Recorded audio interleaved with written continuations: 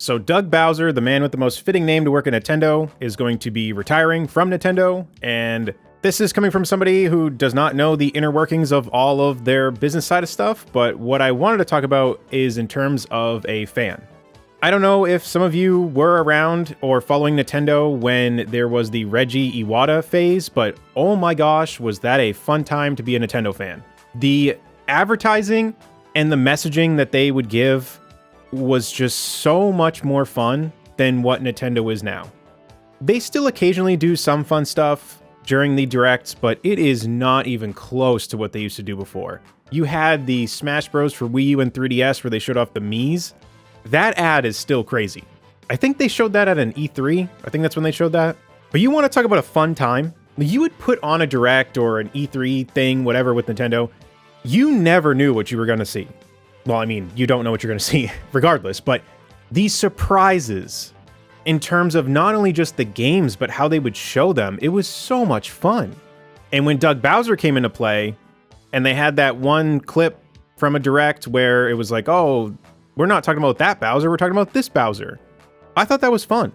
But then that pretty much became it. That was it. As far as I know, that was the only fun video they really ever did with them. And I do understand that, not everybody that's going to take that job wants to be in the forefront and do these funny skits and stuff, but to not have that anymore, it does suck. And when it comes to Doug Bowser leaving, I mean, I could be wrong. I don't know the person that is going to be taking his spot, if they could do these funny skits and stuff, but I'm picturing it's going to be similar to Doug Bowser, where maybe we just get like 1 or 2 clips of this person in a direct, and that's kind of it.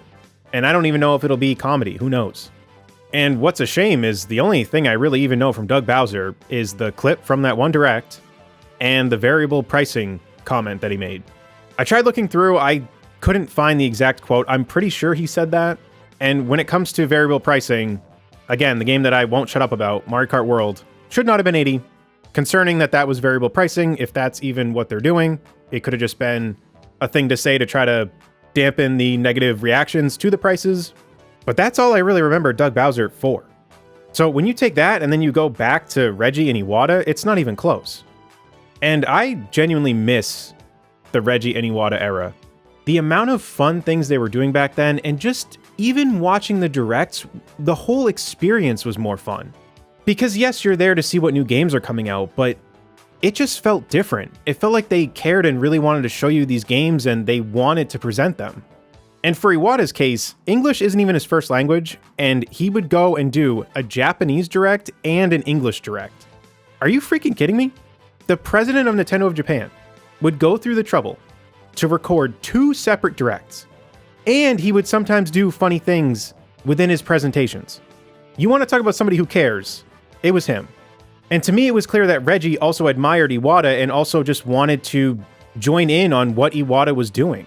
Again, I don't really expect the people that are taking these roles as president of Nintendo of America or Japan, I don't necessarily expect them to be doing what Iwata and Reggie did, but it'd be nice if we got a little bit closer to what it was before. I mean, as it is, the directs are just dubbed now, for the most part. And I know that it took Iwata's dedication to have them in English and Japanese, but that's where this just feels so weird.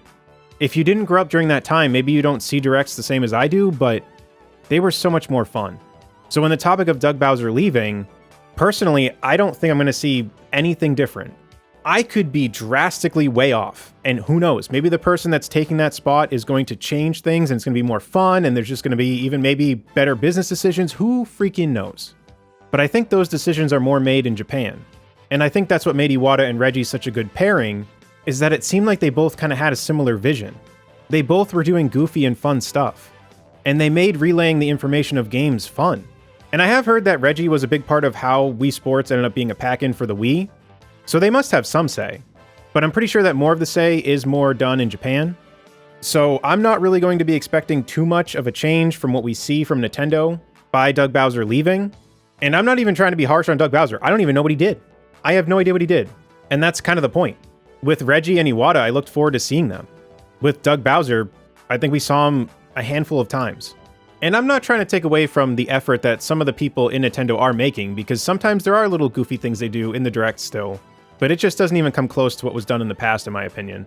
So hopefully we'll see a change, but personally, I just don't really think we will. But I'm curious though, what do you guys think? Do you think we'll notice a difference? Do you think we won't? Let me know in the comments down below. If you enjoyed this, feel free to leave a like, subscribe for future content, and until next time, I'll see you all later. Take care, everyone.